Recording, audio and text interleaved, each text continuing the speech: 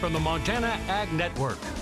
Welcome back to the new news on this Thursday. Looking to our ag headlines, the Montana Department of Agriculture is reminding producers that the application deadline for the 2019 hemp licenses is less than a week away, coming up on May 1st, 2019. Director of the Department of Agriculture, Ben Thomas, has some helpful information for producers.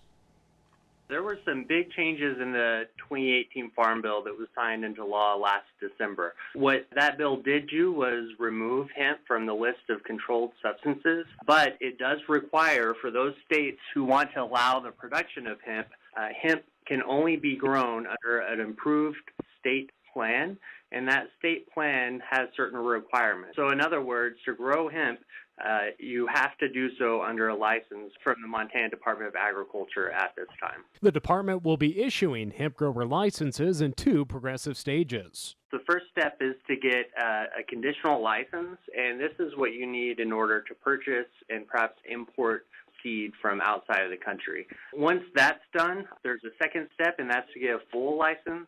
In order to qualify for that full license, we need additional information such as where that hemp is going to be located, which varieties are going to be planted, and all of that information is to comply with those federal requirements in the 2018 Farm Bill. Montana must follow strict federal testing protocol for hemp production, and to do so, hemp fees will be increased in the coming weeks. The department also has multiple resources to help hemp producers succeed. Feel free to contact us. If you're dealing with someone who's making big promises on contracts to buy what you grow, but you've never heard of this company, check in with us, find out what we know.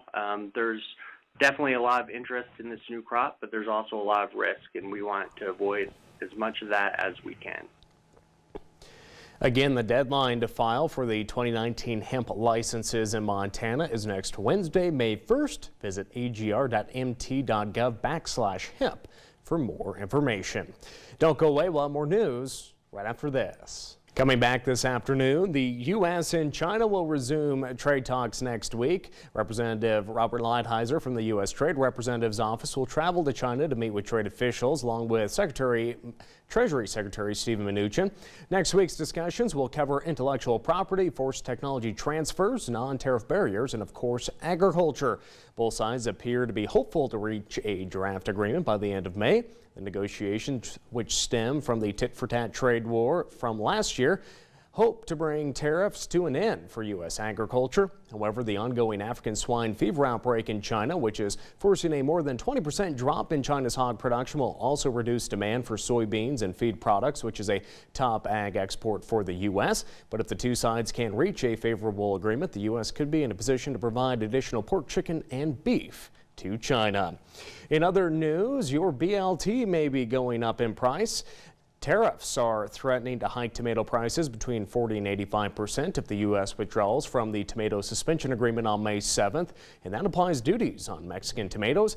At the request of Florida tomato growers, the Department of Commerce announced the U.S. would end the current suspension agreement. By doing so, the U.S. would resume an anti-dumping investigation against Mexico. So we may see those tomatoes increase in the grocery stores. That'll do it for today. We'll send it back over to the news desk.